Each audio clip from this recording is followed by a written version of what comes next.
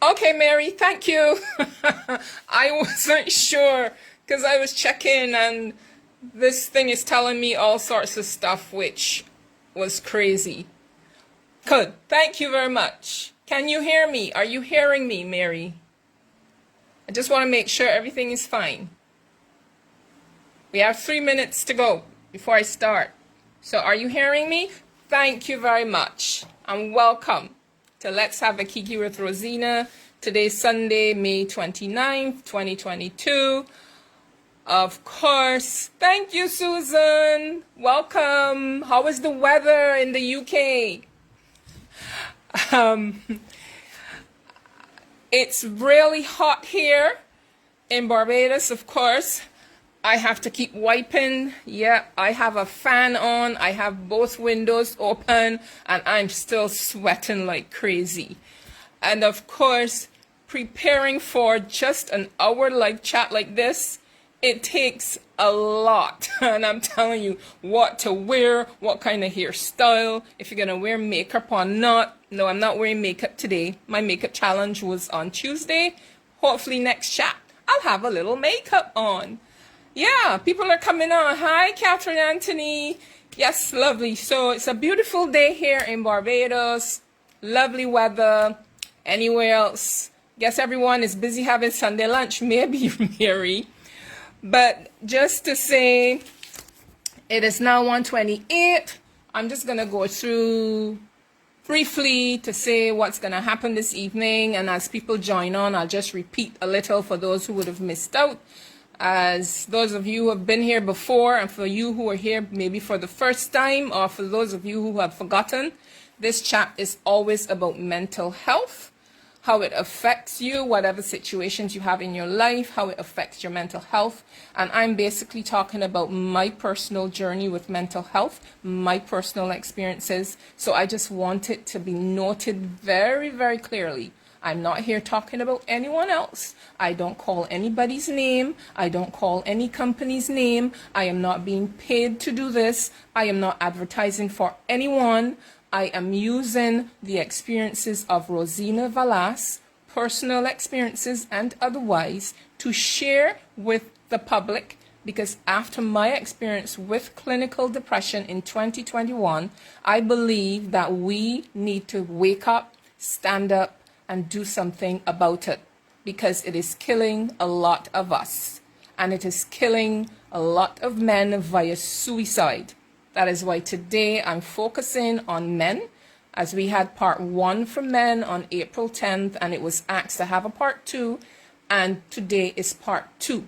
So it's about men, on men, about mental health, how they're affected with regards to certain situations.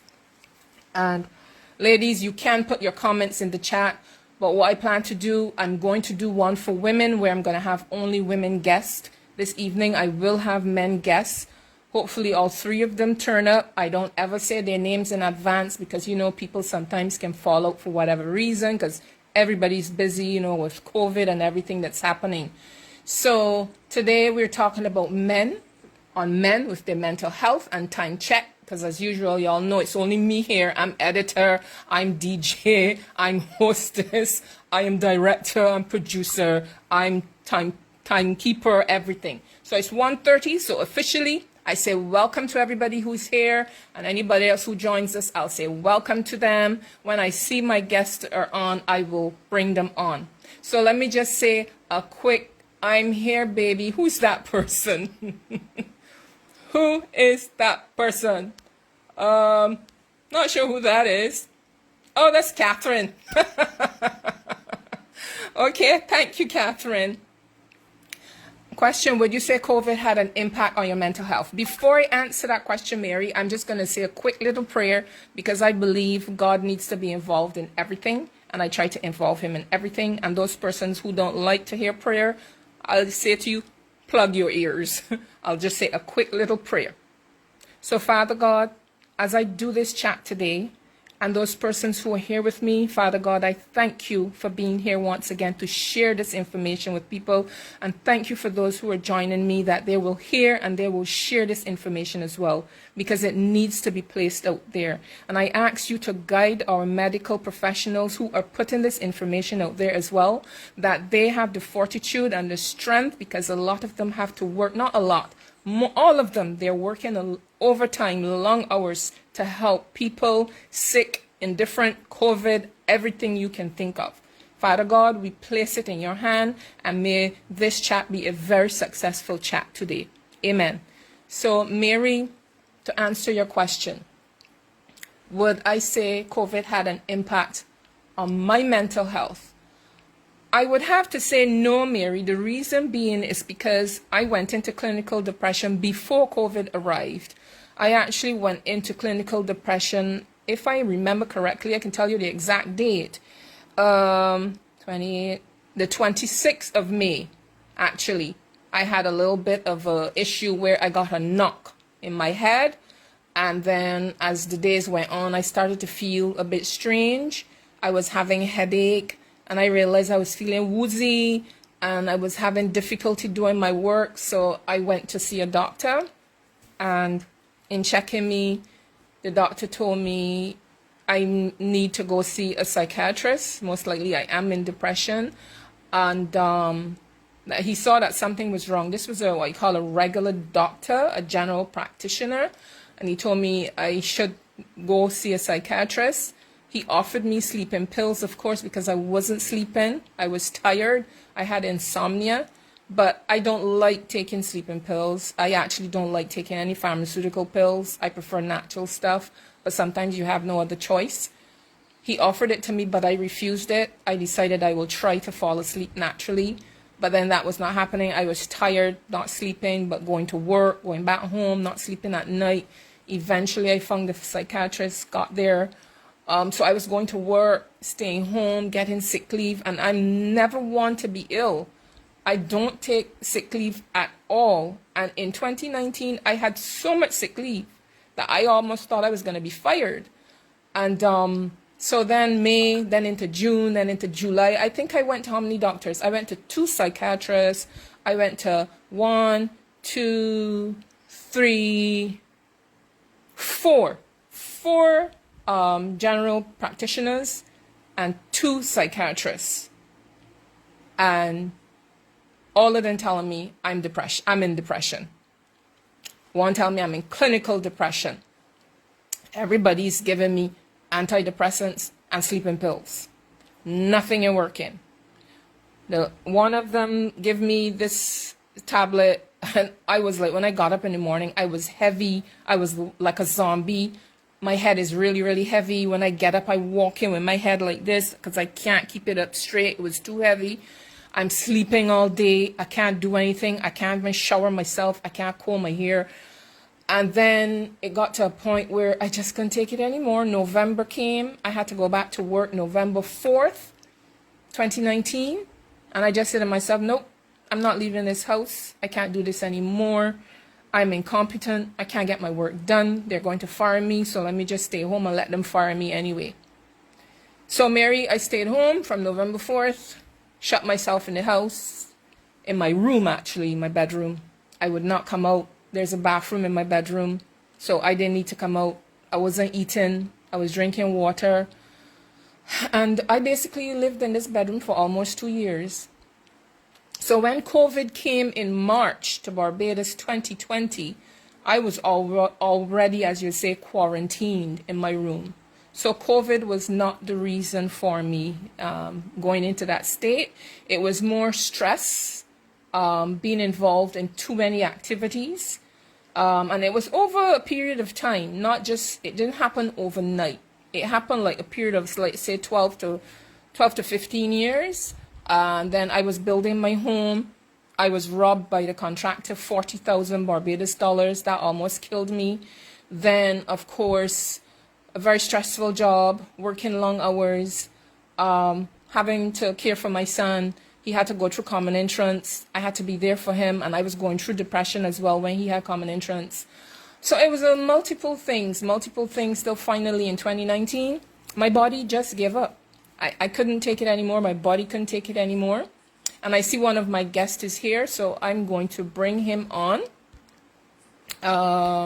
Where is he? Where is he? Let's see. Hold on. Y'all know I still learning this thing. Yep. Let me bring him on.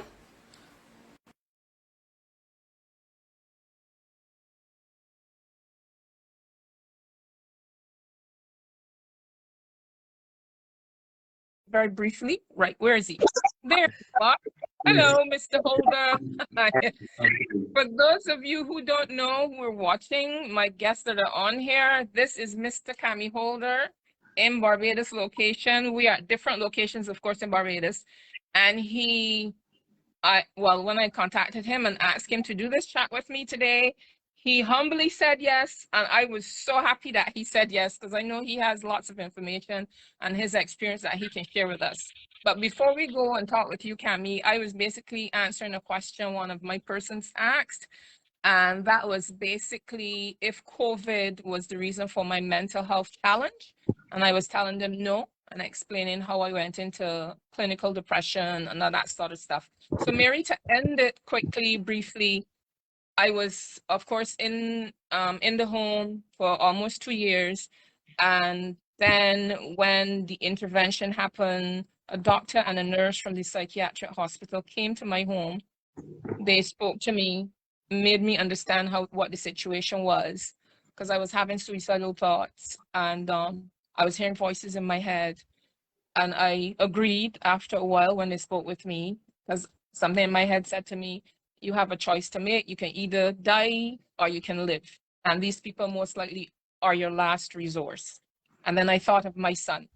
How would this affect him? If I die, if I killed myself, how would he be affected by it? It would also affect his mental health. So I agreed to go to the hospital, the psychiatric hospital. I got help there. I spent 3 weeks there. So of course, because of COVID now, they quarantined me for 1 week. But of course, I didn't have COVID.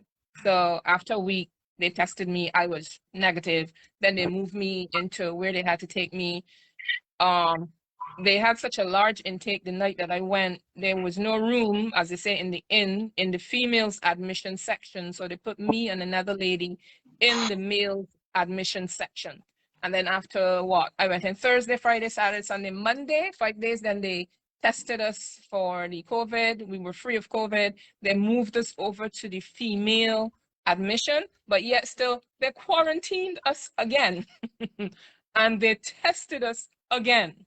But we only stayed in that section for like in what I call the horse's stall, a room for like 2 days, because we were negative. So Mary, I hope that answers your question. So we have Cami Holder here. When I see the other two guests come on, I will let them, contribute as they wish. But Cami, just to say that I got the information you sent me, and I actually was listening to it.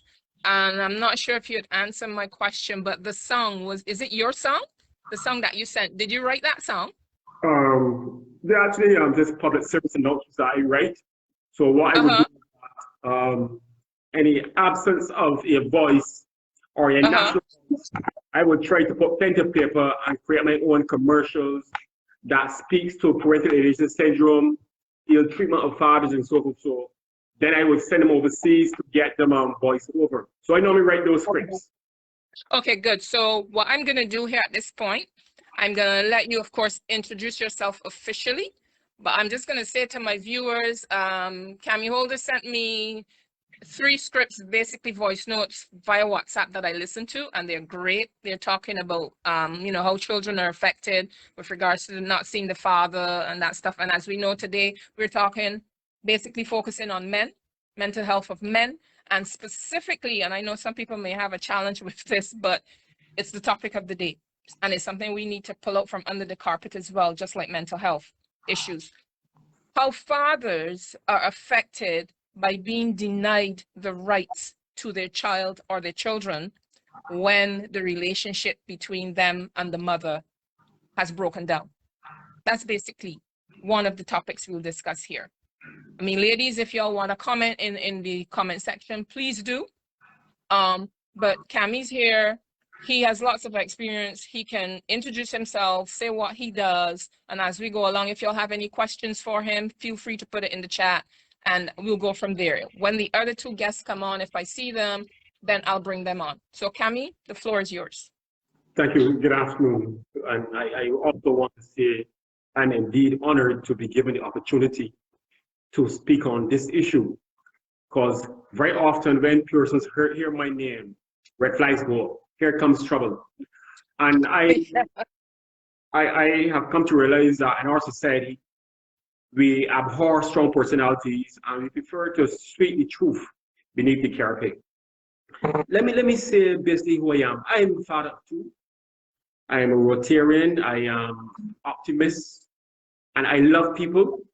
And I have a special place in my heart, and this may surprise many, for old persons, children, and especially females who are on the African continent, who are deprived of opportunities of going to school because of senior periods, females who are treated as second-class citizens.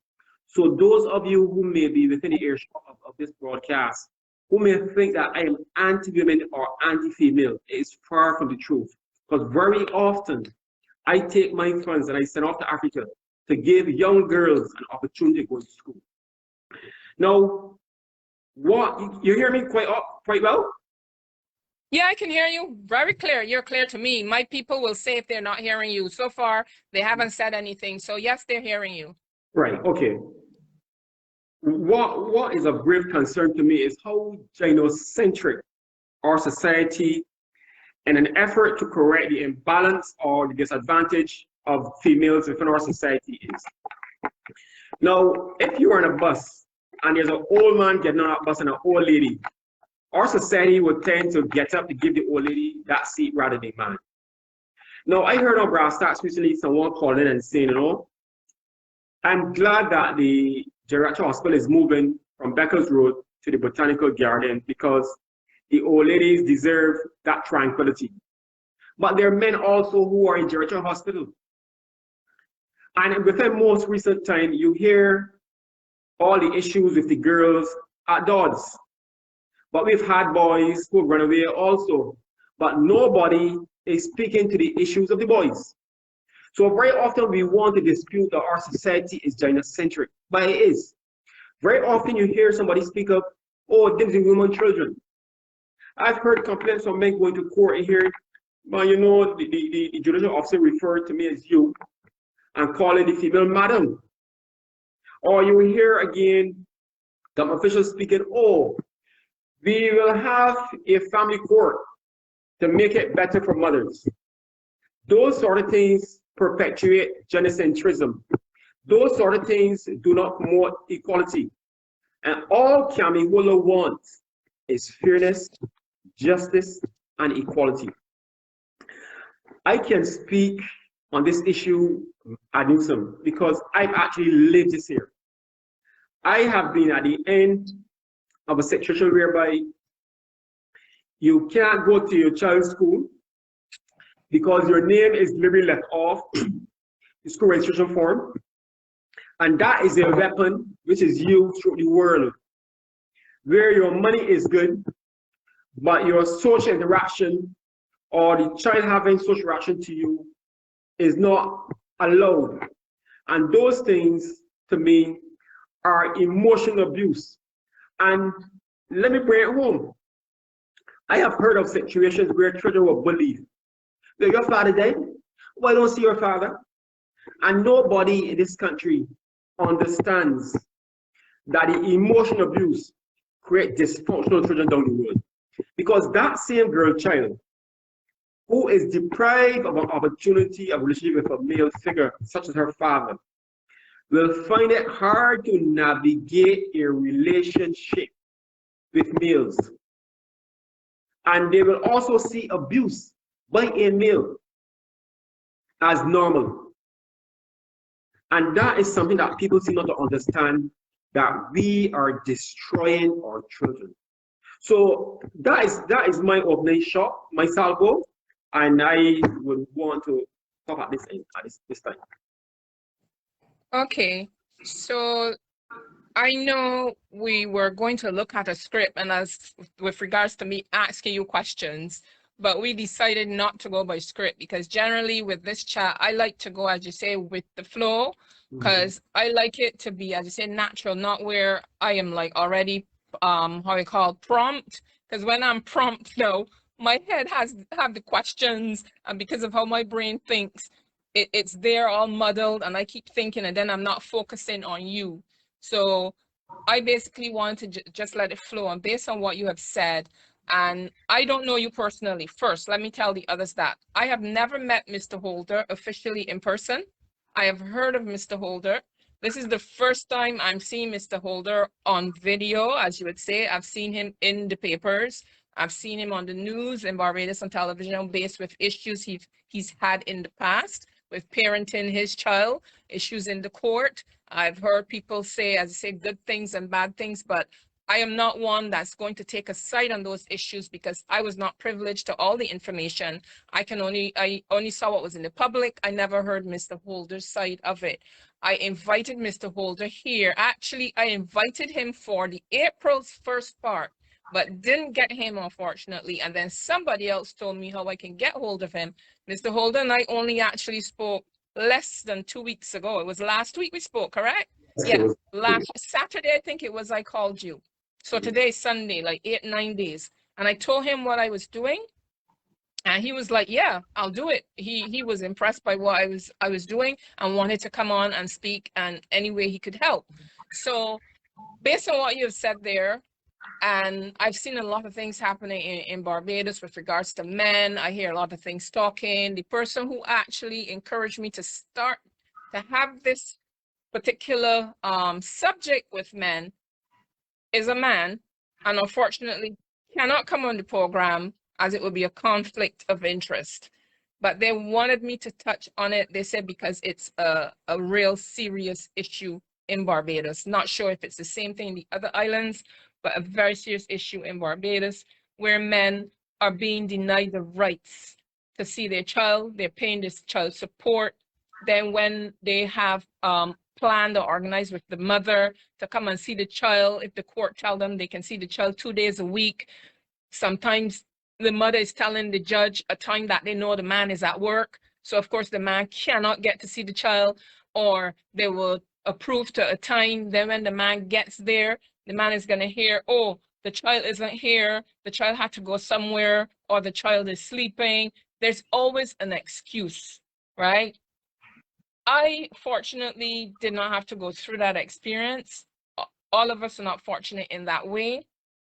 Some of us have our grudges, and I'm wondering why the women would do it. I don't know what the relationship had in it, but I don't see why the child is being pitted between the two parents. Why not allow the man to see his child? So, Mr. Holder, I'm asking you, Cammy, I can call you Cammy, correct? That's okay, Cammy. Cammy, I'm asking your situation that you had. I mean, how did it make you feel mentally? How did it affect you mentally, knowing that you cannot see your child, you're supporting this child, the child's probably being told things against you? What were you thinking? What kind of thoughts you had? I mean, what was going on in that head of yours? How did you handle it? I will say to you, it is not a good feeling, right? And if I bring closer to home or more recent, then go back, right? The first suicide that in Barbados, and this is public knowledge, it was in newspapers. The sister of the victim said one of the issues her brother who committed suicide had was access to his child. Now, I have so many friends, because of what I've been doing the last 5 years, who have court granted access. The access orders are frustrated by these custodial parents. And what I'm saying custodial parents is that you can also have an issue where the father is a custodial parent. But very often our gender-centric society tends to believe that mothers own children, so very seldom would you find a father being the custodial child. Because our society tends to believe also that fathers cannot raise girl children. I have a friend who this is now 5 years, he have not seen his child. Cannot get a proper date in the court system in Barbados. When there's not a changed judicial officer, the person is not turning up. And it is not a great feeling to be driving or to look in newspapers and seeing children with their fathers, or graduation, or you're shopping and you're seeing parents shopping with your children and you can't be with your child, or you're at a restaurant and you see a family there eating, there is no birthday calls, you can't call the child for his birthday because the phone will put on your ears. Let me say to you, if you're not strong, you end up down Jenkins. Let me repeat. If men are not strong, you will end up in Jenkins. And very often you hear men walking away and men not in the picture. But let me say to listeners or viewers, right? If a lot of men do not walk away to de-escalate those highly emotional charged situations, two sons will have a lot more work. But in order to protect your integrity, your sanity, it's best to walk away. And let me say to you, I have some hobbies. And my hobbies of hammer operation, other big boy toys, as well as farming, has been a sort of anchor to help me remain sane. Because it is not a good feeling not to be able to talk to your daughter or your son, to be frustrated by the court system, which is very lethargic, where there seems to be indifference in enforcing breaches or penalizing breaches of access orders, where you find out you have a situation recently in Barbados, I can speak to this, where father had custody of children. Mother would come to court, find all sorts of excuses.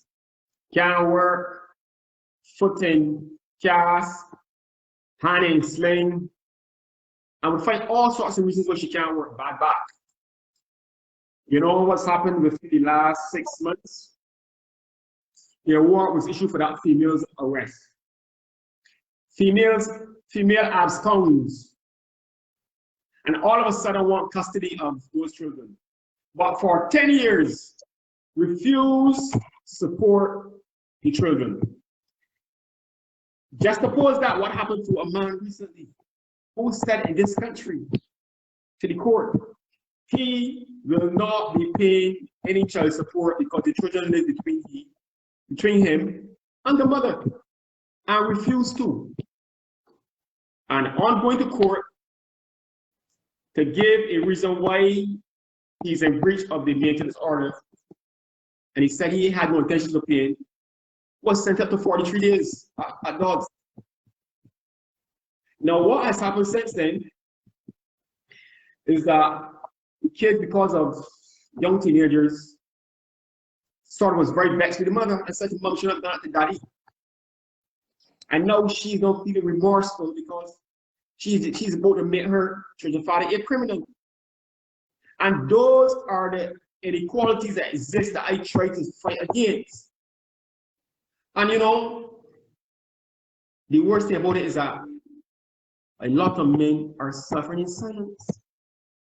A lot of men are absent because it's an issue, because women in this country who deliberately frustrate the situations are not held accountable. And that is what we are faced with. But who make the laws? Men. And as men try to carry out a space, that's what I'm saying to you, Rosina, is that you are bold to have such a topic being discussed, because nobody wants to discuss this.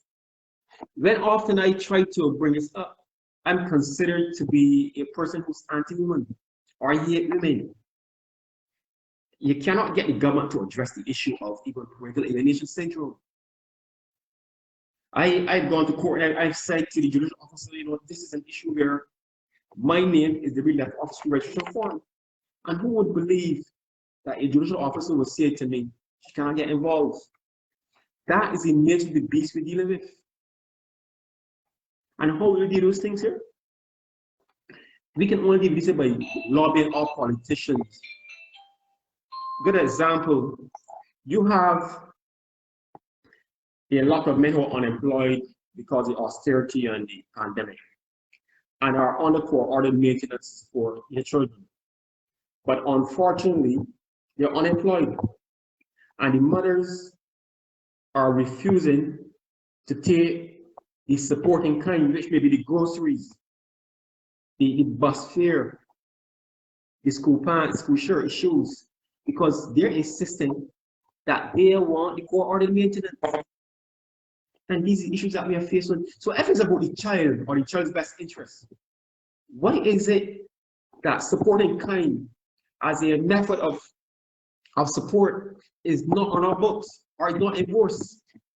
And I'll say to you, and I've said it publicly before, I can be who is convinced that there may be a racket among lawyers who deal in these issues, because the longer these things are prolonged, the more fees they get.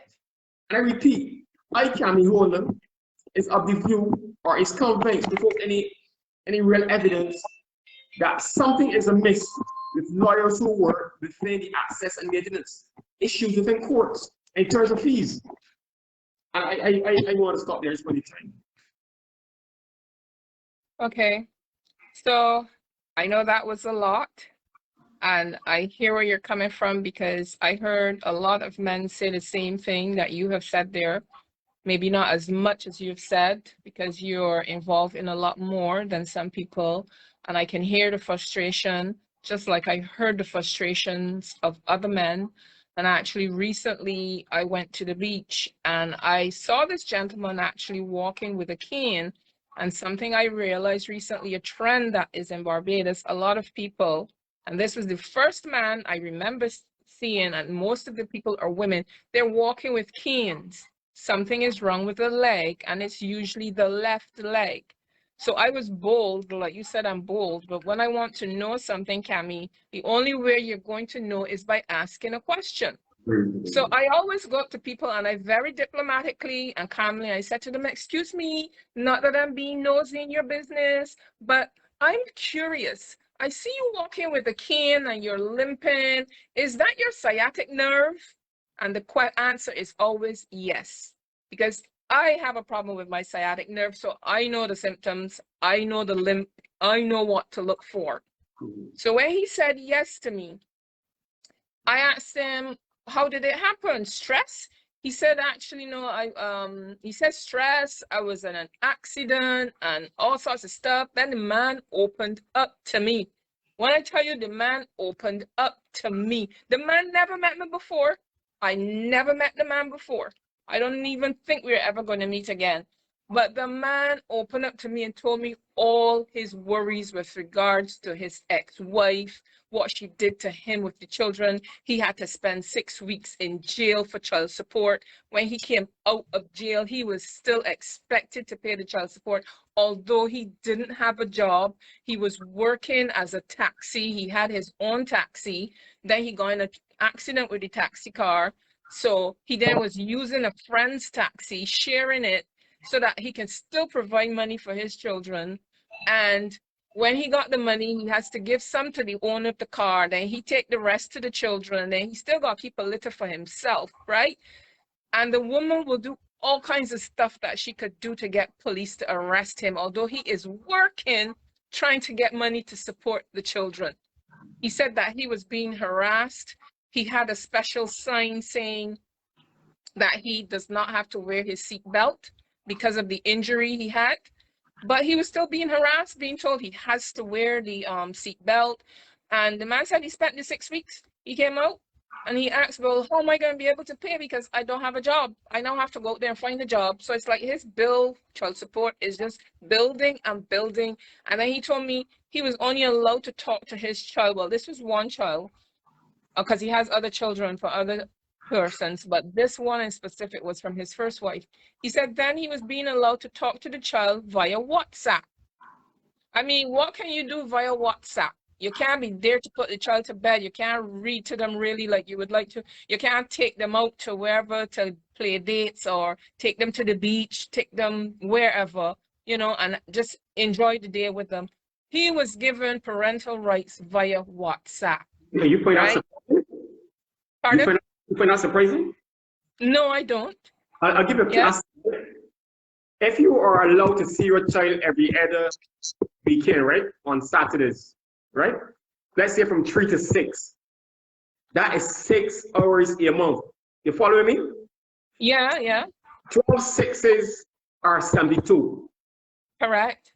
72 hours is 3 days. What Yeah. parent can bond with a child 3 days a year in total? It's so Wow. ridiculous. That is what is happening. And Well, nobody talks about that. yeah, you know, when I was raising my son, his father wasn't around, but it was by choice where him and I had a mutual understanding. It wasn't that we wanted it to be that way. The circumstances did not allow that both parents would be in the same territory. Because I prefer to live in the Caribbean. The father prefers to live in the US because he's a US citizen.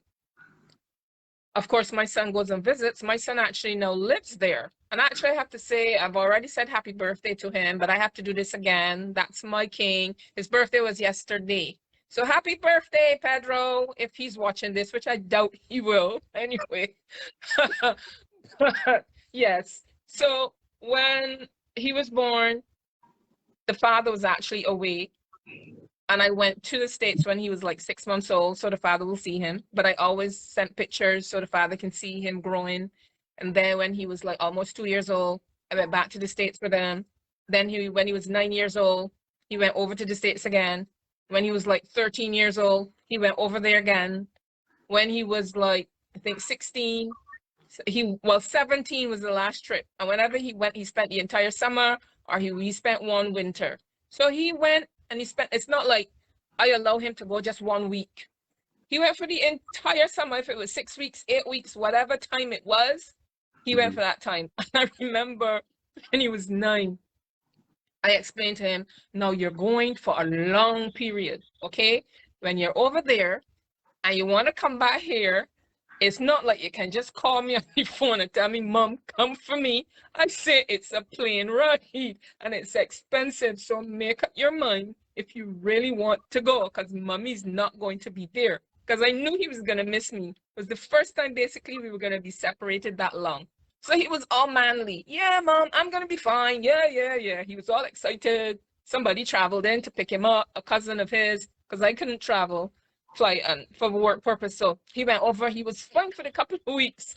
Then when I told him, like I think within 4 weeks or less than 4 weeks, I call him. He's like, Mom, I want to come home. I said, no, darling, remember we spoke about this. No, I could have just said to the father, you know what? Send my child back. I want my child don't want to stay there, send him back. Nah. But no, I thought, no, Rosina, you can't do this to the father. You agreed whether the child wants to come back or not. You've spoken to him. This is the deal. This is the plan. Just talk to him every day on the phone. Reassure him. Let him know he's loved. Everything is fine. And within a couple days, the child didn't even want to come back. Right? It's just that he was missing Mommy. But I could have done that and said, no, bring him back and just rip him away. Then the father now will be losing what he was supposed to get. Right? Now he's a grown man. He can decide where he wants to live. He came and visited me for 3.5 months. He left in March. He's over there. We're in communication every day. And that's it. But I could have had a lot of reasons to say, put the father in court for child support, do all kinds of other stuff. But I guess it's mindset. I guess it has to do maybe the mindset and I don't know, the environment the person comes from. I Not don't only know that, because I honestly, Rosina, I'm also thinking it creates jobs. The whole confusion creates jobs for people, be it the court marshal, the court clerk, create work for the judges, the magistrates, and the lawyers. And it's right. not. And listen, I stand. I'll tell anybody this, irrespective of it. official office country. It is one big scam. I repeat, I want to say that the whole access and maintenance issue is one big scam. Yes, you have fathers who are delinquent, but there's still a lot of fathers who want to do the right thing. The courts are destroying the children's life. The mothers are destroying the children's life. And the society on the whole. And you know what? Right. If you look at the young boys who indulge, who are raising them, the mothers and the absence of fathers, who you see at the court doors, signing bail for the boys, the mother, and nobody is doing that, right? And the same system which destroys these young boys and girls will also put them before the court later on in life when they're dysfunctional. It's all about making money. And who wants to challenge that? So be it. Yep, I get you. I don't know if any of my people watching have any comments, but I see somebody has an emoji saying, so very sad. Then somebody else said, I agree, they postponed the cases to keep people employed in the court. Somebody saying, happy birthday to my son. Thank you, Susan. Thank you, Debbie and Francina, for your comments. Oh, hello and welcome to all those who are now joining us. It's lovely to see y'all here. I'm seeing Sandra Jones, Nicola Wilson, of course, Francina Thompson, Mary was here, Sophia Cobham Haynes, and everybody else. This is Cami Holder, who is joining me here this evening, and we're talking about men on men, about mental health, the experiences they've had. And the topic we were talking about just now is based on fathers being denied the rights to their child or children when the relationship between the mother and father has broken down. I was supposed to have 2 more guests. I haven't seen them as yet. One, I messaged via WhatsApp to remind him. He said to me, okay. I'm looking at the clock. As you know, I'm the timekeeper. It's now saying 8 minutes past 2. So we still have some more time. And what I'm going to do here at this point is, so somebody saying, so very true. Okay, I think one of my guests is coming on right now. Let me see. Yes, one moment. I'm adding him. And adding him.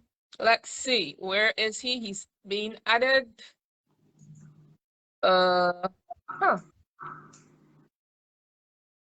Where is he? Okay.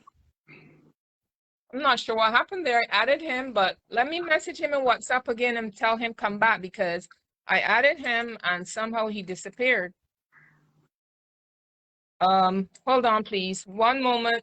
I'm not sure what happened there because he was there. I was adding him and then he disappeared. So while I'm doing that, I'm just saying, basically, I agree with the points that are being made. I don't know if anybody else in the chat have anything to say based on what Mr. Cami Holder said.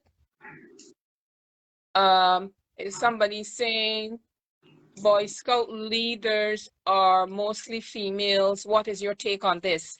I'm gonna let Cami answer that one. If I have a comment on it, I'll make, but Cami, you can handle that one for me? Well, my thing is that I'm not a sexist person. And unfortunately, a lot of men have failed and are failing our young men in terms of being role models. And I'm saying men need to step up to the plate. Look, I call it a spade. But I will also say that a lot of men are being emasculated by the female movement. And that is what I will say to that. It's very unfortunate that. Okay, just one moment, Cami. Sorry, my other guest here is trying. Let me see if I can add him again. Let's see what happens. Let's see if it works this time. Okay, it's saying add in technical difficulties. Oh, there he is. It worked this time. Yeah. All right. You stay right there before I introduce you. Mr. Holder was saying something, so let's let him finish.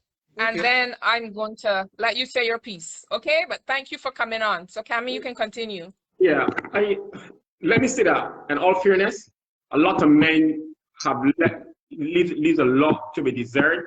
They have not been stepping up the play. In addition, a lot of men are being emasculated by the female woman. A lot of men are afraid of speaking out. You know, you have safe spaces for females in this country. Really safe spaces for men, the groups that men can go over and have their problems to speak about. MISA is now impotent. MISA was at least a group that you could go if your man had an issue. It no longer exists. They have the Women's Fellowship, they have all kind of organizations supporting women. And it's unfortunate that the men have not stepped up to the plate where they become Boy Scout leaders. That is sad. And it's a reflection of how men are feeling in a society. And kudos to the women for stepping up to the plate. Let's be fair. All right, does that, okay, sorry, I am, as I say, I am producer, editor, everything here, so I try to multitask. But the young man who has just joined us, before he says anything, I'm seeing here, Sandra Jones made a comment, as long as the father wants to be in the child's life, he should have a chance to do so, regardless of what is happening between the adults. I totally agree with you, Sandra. Then Deborah says, men are not taking up their role as role models, as said in the Boy Scouts. I agree with that. So, as you realize, my other guest is here. I want to say welcome to him. I'm going to give him the opportunity to introduce himself. And as usual, I never ever meet my guests in advance. I don't know them personally. A lot of these people I meet through WhatsApp chat groups that I belong to. I actually belong to, I think, 12 groups right now. And somebody just deleted me from one of the groups. I don't know what I did wrong. Father, forgive me, for I have sinned. But I guess I'll join another group. Yeah, I just looked on WhatsApp and I realized I've been deleted. Anyway. Maybe they're listening to this chat and don't like what they're hearing, so they deleted me. They don't know how much fun that has given me just to laugh at that. Anyway, no more digressing. This young man, I've never seen his face before. Correct? Correct me if I'm wrong. Have we ever met? We definitely haven't ever met for right. sure. Just chatting via WhatsApp. I'm in these chats and I'm just sharing information about all sorts of stuff. And introduce yourself, please. Well, my name is Teague Davis. First and foremost, is a rather unique name. The easiest way to pronounce it is like fatigue, like the Teague and fatigue. That's the easiest way to pronounce it. And currently, I am pursuing my LEC, or certificate of legal education at UWooden, but I actually took the long way around. So I actually have a degree in history, and then I did my degree in law. I know I'm here, and then really opinionated. That's what everybody says about me all the time. Of course, I don't like going back and forth with people about different things, but yeah. And I can tell you, people, the reason why I invited him, he's a little bit like me. We don't back down, right? When we're having a discussion in the chat, Teague will carry you on all night. If you're not careful, he will keep you up all night. I am out, and when I come back and I look at the chat group, I see sometimes 300 messages.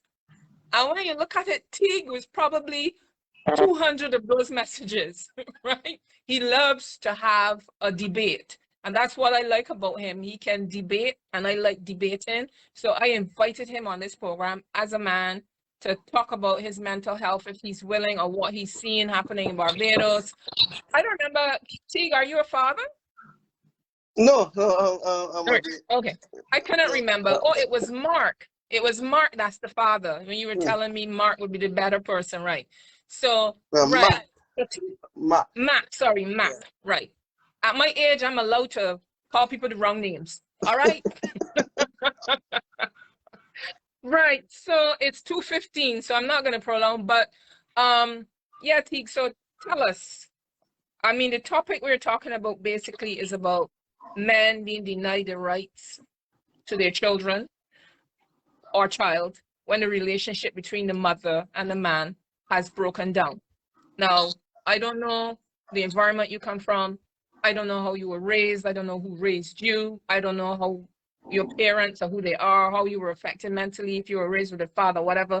But tell us what you think about that subject, and if you can share anything with us about how whatever experiences you had affected your mental health. Like, for example, you're studying, I'm sure that's affecting your mental health. What do you do to reduce the stress? How do you manage it? You know, what you take, whichever you want to take first. Well, the whole issue surrounding custody and me and especially joined on and I was listening for a bit. I realized that is pretty one-sided. It's always lopsided towards the women, which is rather unfortunate. Really and truly, the court is supposed to do what is within the best interest of the child.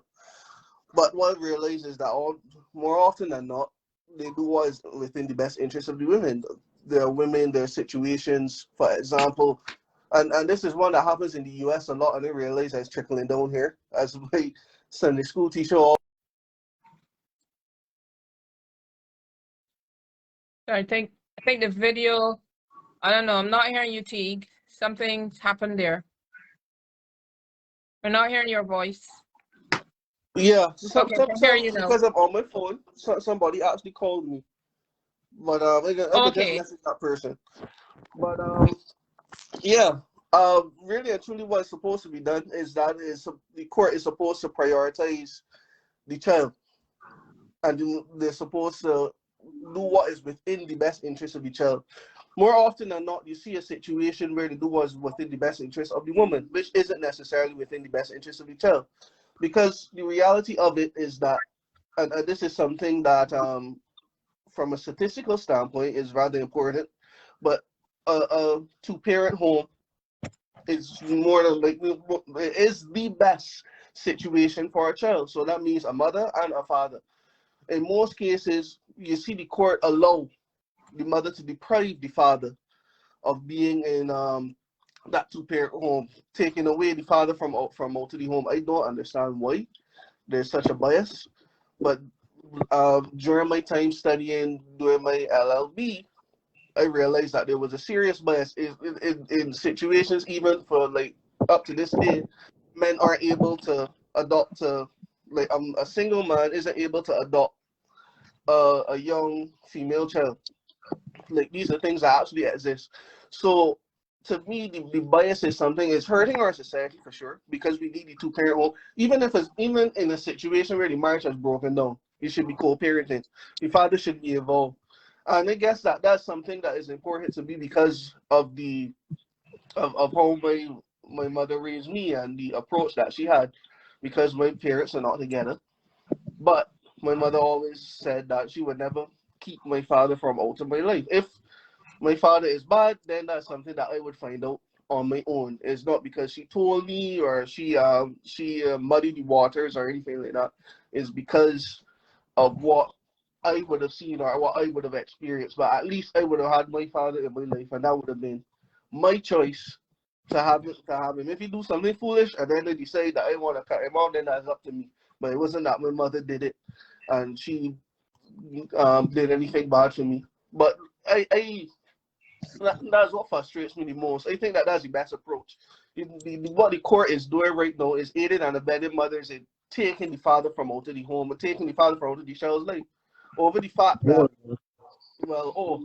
I don't have, he doesn't pay child support.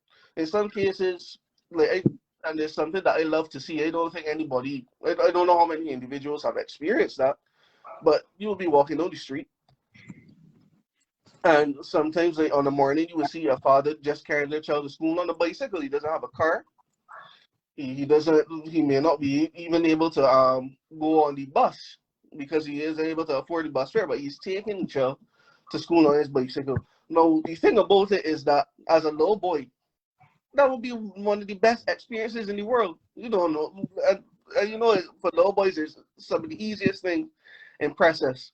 But the fact that you take away a father, that from a child, to me is more egregious than anything else. And that's probably why we have so many men in crisis. Because right now, And this is something that I did that we talk about often on my podcast, because I have a podcast, Bearded Conversations.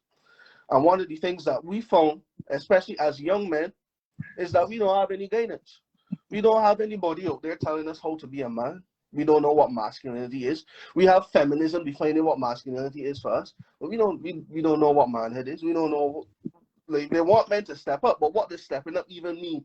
Like, do we have men who have stepped up before? Are we having conversations with them? Do we have spaces where we could interact with men who have stepped up before? Like, do we have situations where we dealt with men that are struggling? For example, I talk about the court system on Bearded Conversations. We have a guy that is a father, and he told us that the mother didn't even want to be involved in the child's life, but he had to fight in order to have his child in his life. He had to fight for the child. And he told us this, and he said he didn't want to give up. It was so hard. It was so difficult. I want him to give up. And there are men out there who gave up as well. The leader, one of the leaders of the men's rights movement, I can't remember his first name, but his last name is Farrell. You can look him up. He had a situation where he wanted to have his child in his life. The mother did not. In fact, the mother was, because this is actually a form of abuse where you overfeed a child. No, he wanted the child to eat healthy, but of course the mother would feed the child candy and all sorts of different things that of course are bad for the child, to the point that the child's health started to deteriorate. Now, all of these things he was fighting in court, but he couldn't get the child. It got to the point where the constant court battles actually started to affect his own mental health, his own physical health. And then he said, you know what, I have to stop. I have to stop. So, like, and these are things that happen. These are things that happen a lot. And I think that as men, we don't really talk about it enough. One part is because we do have to deal with the fact that society generally doesn't want to hear what men go through. It's usually tough up. You got to step up to the plate. You got to, yeah, man, look, oh, that woman. That woman was dishonest and she deal with another man. You just gotta take the horn and move on. It's never a case where, look, I understand why you're hurting. I understand why you're frustrated. I understand why you feel that you may want to cry in a situation like this. It's never that understanding. So as a man, most of the and this is what affects, and this is the final part because I don't want to talk for too long, but this is what affects how we deal with our own mental health issues. For me, I prefer to go in the corner. I got my Xbox. That's how I play. That's how I deal with my stress. But there are other men that turn to other negative things as an outlet. They may, for example, go drinking. Or you going drinking with the boys, but you go and drink and you go and drink to the point that you fall down and you get drunk. Is that something that is good for you? No. There's people who turn to eating, believe it or not. Or they're going out and eat, they're going to buy Chefette, they're going to buy KFC, a whole set of them. And people don't even address those things. It's like whatever you do in order to get over the hump that you're in so that you can get back to being the man that I want you to be, that's okay. And I think that society really needs to shift from that, because until we do, we're gonna continue hearing these conversations about men being in crisis and men struggling with X and Y and Z. And to me, that's unfortunate. We need to give men our space, the space to have conversations. As I said, like when I started my podcast, the first thing people wanted me to do is say, "Oh man, T, you need to bring on a woman." I said, "No." The same way how women, and this is something that I learned from feminism, the same way how women have their own what I call an equal spaces where they can sit down with women and hash out ideas, and the ideas may be absolutely horrible. At least they could. We as men, we need that space. Some of our ideas will be horrible too. We're not going to be able to articulate our ideas as well as one of the more polished feminists out there. But at least what spawns from those spaces is a man who fully understands what's going on and is able to articulate himself and put across the talking points that people need to hear, so that in a way that people wouldn't say, "Oh, that was harsh" or "that was bad" or whatever. But we need those spaces, and we need those spaces so that men, older men, could guide younger men. as well. Not a lot of people understand that there are older men out there who, for one reason or another, went through what we went through or what we're going through right now, and they found a healthy way to deal with that. Like, interacting with those men would do so much for our society. But I will leave it there for now. Well, thank you, Teague. That is really great to hear. I am very appreciative of your contribution. And I hope you come back again. It doesn't have to be about men, because I'll be having more of these. And we can talk about a lot of other topics. You too, Cami. The time is right now 2:26. Before we go, I know we have a few more minutes. Something that came to mind while you all were talking about men. And before you came on, Teague, I was saying that I've done some research, and I find that the highest suicide rate, actually I was talking to Cami before I came on the program, and I'd mentioned this before in other programs. The highest suicidal rate in the Caribbean is among men. Yeah, Guyana is number 1. I think Barbados was at number 10, and I think St. Lucia was at number 5, or one of those. But those 3 islands I had paid attention to. Reason why: I was born in St. Lucia. I live in Barbados most of my life, and I had just made a connection with somebody in Guyana who had just lost, who lost her brother a year ago to suicide, and the family is still grieving. They actually just had a memorial in April for him because he passed away in April last year. The family is still asking the question, why? No one knows why. I know of other persons who committed suicide as well too. My first experience of a suicide was of not a classmate, but a boy who went to school at the same primary school as I. He was the first one.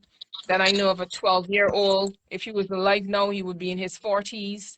He hung himself in his bedroom because his parents divorced, and he expected them to come back together. And then another one of a guy from Trinidad. I did a workshop with him years ago. He left here, everything was fine. And within 2 weeks, we heard he had committed suicide. So why are men committing suicide? It's a lot of different reasons. Some people say it's cultural.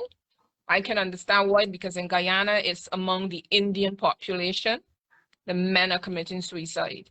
I don't know why in Barbados, although it's a small number, but it's still too many. Any death is too much, right? I prefer people to die, as you say, a natural death, because that's how we were supposed to die, naturally. Live as long as we can, and our body breaks down, and we go dust to dust, ashes to ashes, whatever. But people are being killed in a lot of different ways. And talking about mental health, I'm telling you, stress. When you got stress, high blood pressure, high cholesterol, diabetes. I was just listening to a program CBC had about a couple of days ago, I think, about find it, fix it. And the doctor that was there say a lot of people think that is diabetes and high cholesterol. It is your high blood pressure. If you have that under control, diabetes and the high cholesterol will be under control. But once the high blood pressure is whack, everything else will be whack. But if you can keep that under control, you'll be good. You need to keep your pressure under control. And of course, it has a lot to do with what we eat. We're not exercising regular enough. We are under pressure working long hours. And just like you gentlemen, what I do, how I manage it, I go to the beach. I'm a beach bum. I, I go walking. I just leave my house sometimes 6 o'clock, 7 o'clock, whatever time I get up. The spirit, I'm up every morning 5 o'clock. Doesn't matter what happens. Doesn't matter what time I go to bed.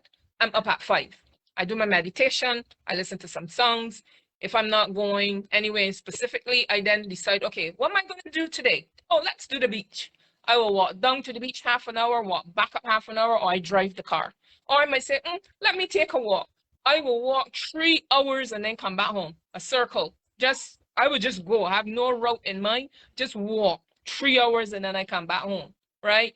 What else do I do? I have my little garden around the house. I tend to that.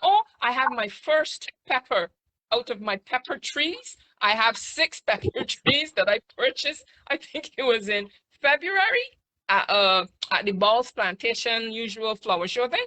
My first pepper arrived this morning. So I'm a farmer like you, Cami. I'm doing it on mulberry tree too. And I also have a watermelon growing, right? Great. I have to make sure not to step on it when I go in the garden. So my garden, my beach, my hiking, I go to church. You know, I love my church. I sing, I dance in the house. I just play my music. I read. All those things keep my mind active, less stress. And when people start to say things that I think would, as I said, trigger me, I leave or I end the conversation because I'm still seeing a psychiatrist, I'm still seeing a psychologist, still doing my therapy, I'm still on medication. So I still have to be very, very careful who I interact with, how I interact with them, because I could relapse. Because depression is a real strange thing. The easiest thing could just trigger you off and send you back to where you were. And what I wanted to say, a point while y'all were talking, I remember when I was admitted, they had a lot of women being admitted. And the reason why myself and the other lady was placed in the men's admission because they didn't have any space. And of course, people were commenting as to why were there a lot of women. And some people were saying, oh, it's because of COVID. But I was wondering, was it really COVID that sent so many women to the psychiatric hospital in that time? And that was July last year. And a lot of these women who came in and I spoke with them, a lot of them told me it was broken relationships. One woman said the man ended the relationship with her just like that and went to another woman. So she just went off. I know we're talking about men, right? But this is about a man doing this to a woman. She in a relationship with a man thinking everything is good, and the man just ended. And he had another woman all the time. The girl went crazy, and they brought her into the psychiatric hospital because she started going mad, as they say at home, and the family didn't know what to do. They called the police for her. They brought her in there. And in talking with her, she ain't mad. She just had a moment. But now they're gonna most likely put her on, they probably put her on drugs. And I don't know what's become of her, but you gotta look after yourself. Because not that I'm putting down anybody, when you go to the psychiatric hospital, you're going to be placed on drugs. And I was thinking of this today, and I'm not bashing the doctors or the medical officials. They're trying their best to help us with medical issues. I think I was very fortunate that they were able to give me a drug that worked right away. They didn't have to test me with this and that to see what would work. They give me a small dose, then they increase the dose, and then they increase it again. And I'm still on the third increase and I'm doing well. I'm functioning well. Other people, they had to try different things. There are people that were there with me that I know that are on 2 and 3 different drugs. You understand me? 2 and 3 different. I am only on 1. So I was thinking today as I was coming home, how comes I'm only on 1? And these other people are on more than 1. What is it that's different about me? I had the same depression, other people had the same issues, people went into depression, but why is it I'm only on 1 drug? Yeah. And I was told when I was leaving there, Rosina, do not come back down here. You are not the kind of patient that we get down here. So I'm trying my very, very best not to go back down there, but I'm telling you, it's the only institution we basically have to help us free, because the other ones that are there private, it costs a lot of money. I know we have this stigma. People think about it as a stigma, it's a taboo. But people, there's the assessment unit. Call the number if you have somebody, you know of somebody, or if you feel you're going crazy, as people say, call 536-3091. Tell them what your issue is. They're open 24/7. If it's not for them to handle, they will recommend you to someone. And if it has to do with drugs, no, they're going to recommend you to Verdun and St. John, right? So there is help out there. We just need to speak up, speak out. And those of us who can speak up and speak out, like how Cami talking out for others, how Teague is willing to talk, he has his podcast, how I am here doing what I can do. As I said, I'm not being paid to do this, right? I'm doing this because I want to help, and this is my way of helping, right? So it is now 2:35. I see people are now coming on. Actually, somebody from France, my cousin from France has joined. Peter just joined. Hi, Peter. Welcome. Then there is, okay, just Peter just came on. He likes to come on, and the time there, no, is 6 hours ahead of us. But gentlemen, I don't know if you have anything else you want to say before I add some information for my people, and then I will be out of here. I just want to say this before we go. How do we get society to understand that we need to talk about co-parenting and shared parenting, and this whole idea of seeking to raise a child singularly is not working. We expect mothers to raise boys, and then these same boys do not know how to treat females. And there's need for a study to ascertain why boys being raised by single mothers and with absent fathers are not knowing how to treat to relationships one or how to step up to the plate when they become fathers. And that is something that can point us in the right direction to come up with a solution to solve this problem. Because I think it's okay for us to ask men, senior men, to speak to men, but I have to do with the socialization too as little boys, because children are selfish. So I'm hoping that, and I've always asked that National Organization of Women and any men's group embrace men, and let's have a dialogue and see how we can fix this. So it can't be fixed alone by me.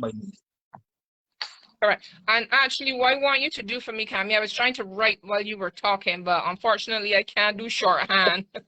So I got you say white boys, but with regards to parenting, you said white boys being raised by single mothers. That's as far as I got. Single mothers, absent fathers.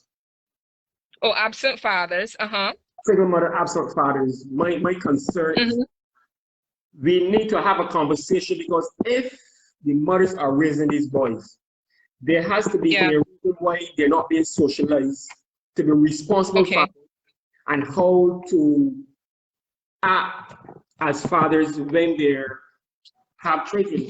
So it is not only important that we ask senior men to talk to these boys, but we have to socialize these boys to be responsible. I mean, conversation, and I've asked in the past that the national organizations, as well as the women's movement, embrace the spaces where men go to have a conversation so we can solve this problem. I like what Teague is saying, and what Teague can repeat to me. Let us see how we can work on fighting this common enemy, because the enemy of my enemy is my friend. Correct. I agree. And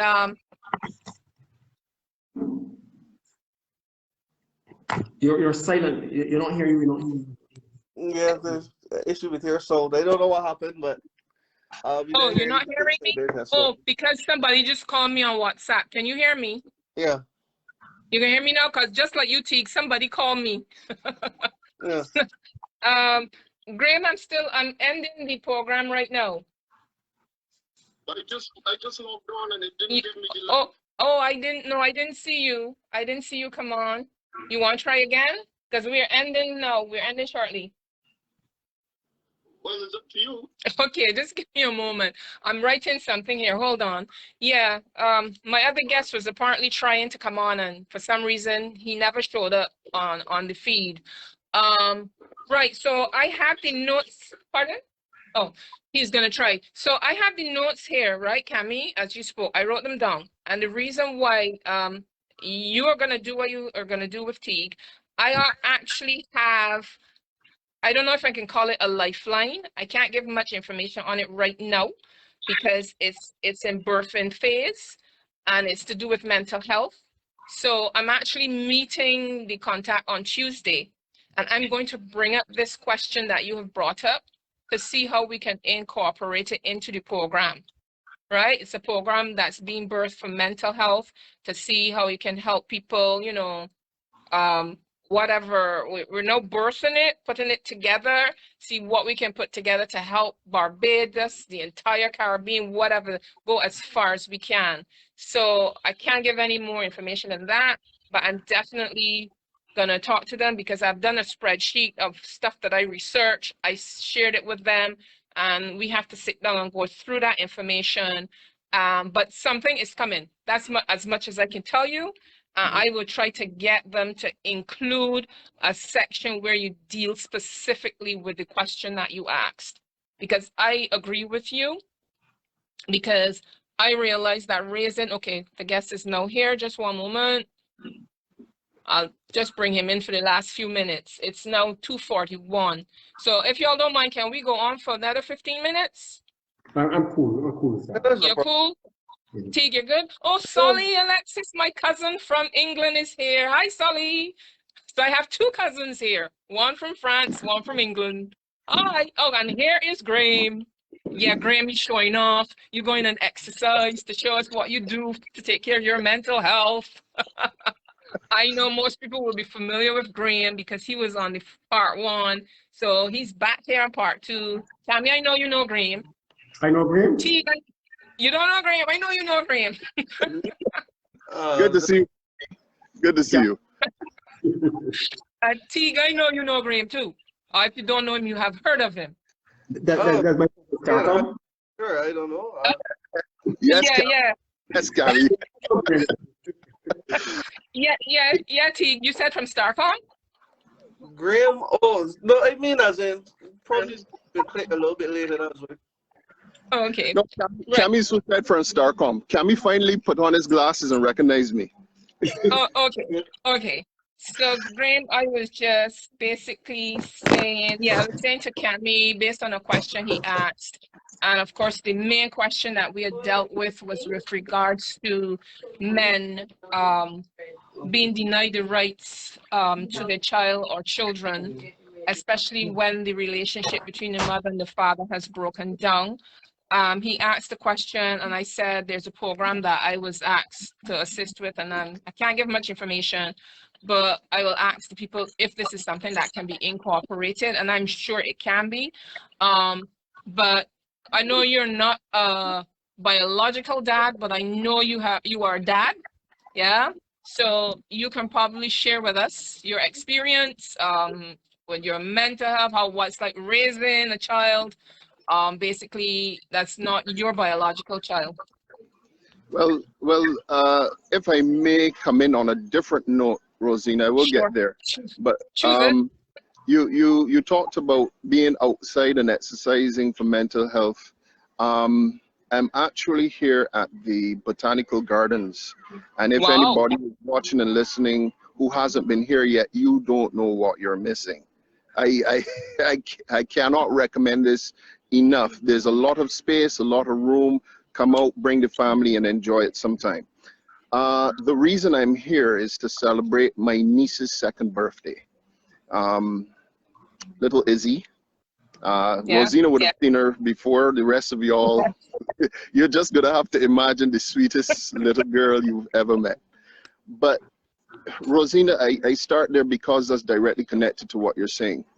Part of the reason I'm late today is because I made a choice. I made a choice that I was going to be here for her, for her family, and to celebrate her. And the inability to do that for some men, where the woman has decided, and first let me say, either direction this happens, it is a problem. If the man is keeping the children away from the woman, or the woman keeping the children away from the man, that's a problem.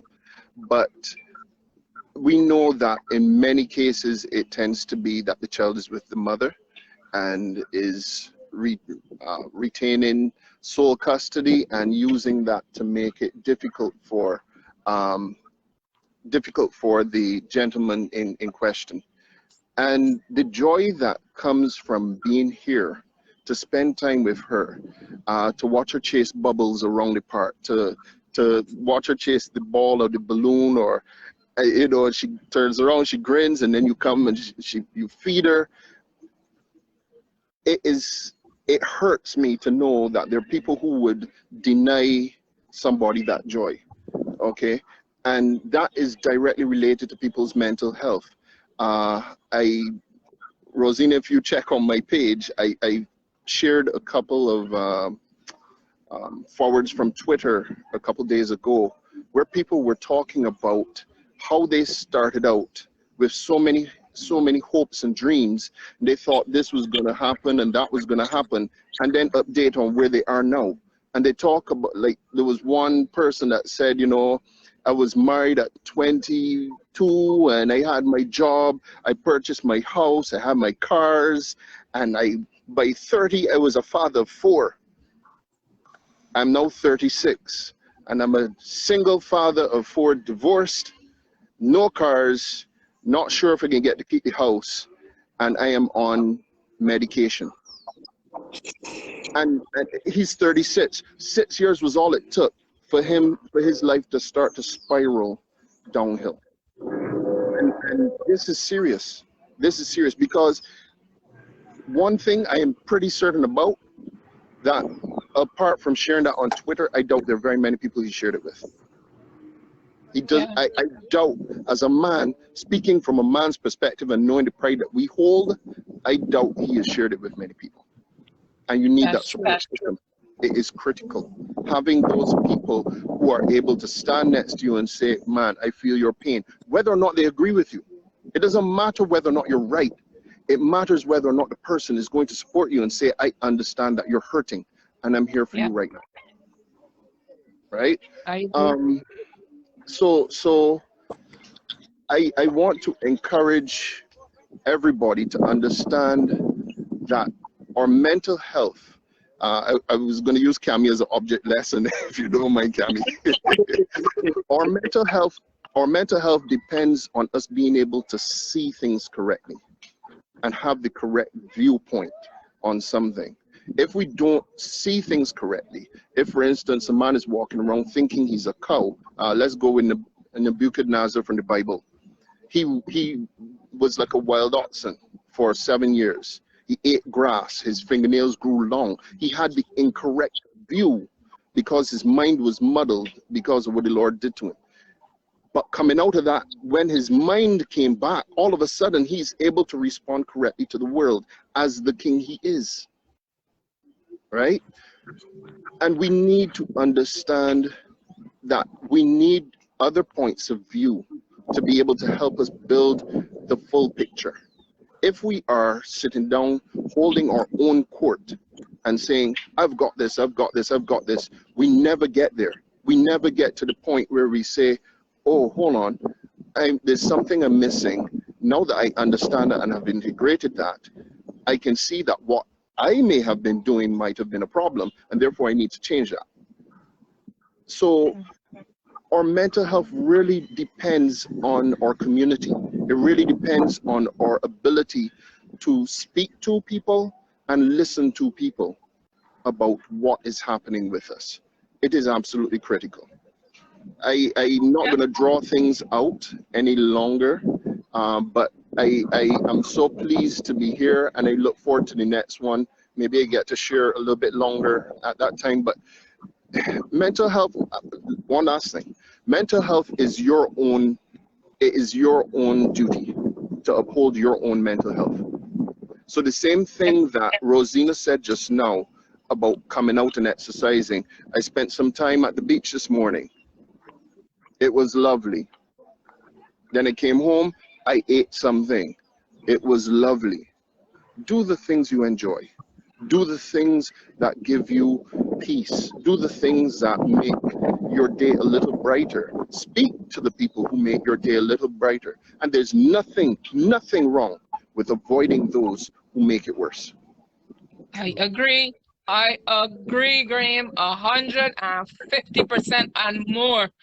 And just to say that Monday was work for me, Tuesday was makeup day, Wednesday was beach bum, Thursday was spa day, Friday was reading and lazy day, Saturday was, oh, I I went on a movie audition Saturday, and then I bought me a snack box, not from the regular places. Oh, Graham, remember the one you introduced me to? I went and had one after the audition. Then I went to the beach. I went on Accra Beach. I sat there and I started eating.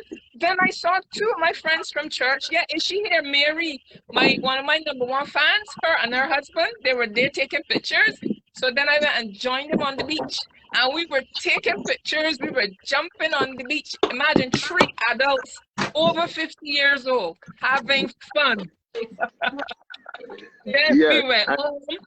I went to church this morning, and now I'm here. If you'll notice, there is somebody peeking in. Yes. Hi. Hello. And this is the point. This is the point. Keep the people close to you who bring you joy. Keep the people close to you who bring you that peace, that thing. But I will say, as an addendum to what you just said, Rosina, I'm here wondering if I'm going to have to spend a week with you, because you sound like you having a more exciting life than me. So Cammy, shall we join her? Because Listen. When I get that movie part, I am be too busy for y'all, gentlemen. Okay, I'll be an actress. I'm going to Nollywood. And for me, laughter is the best. I look out for your limo. I look out for your limo. Yeah, laughter is the best medicine. Hello, I've already ordered my outfit with Mary. Okay? I ain't even playing the movie yet. You understand the vision? You must see the vision. Remember what Michael Jordan says? Every time, before he goes out on that court, he already knows how many balls he dropping in that basket. You understand me? And if he says 20, he put in 20. So I'm going to be in that movie regardless of how long I'm on screen. And when they have movie opening night, I'll be on the red carpet with my outfit made by Mary Kay Creations. Okay? I've already lived the dream. I'm going to the next level. Understand me?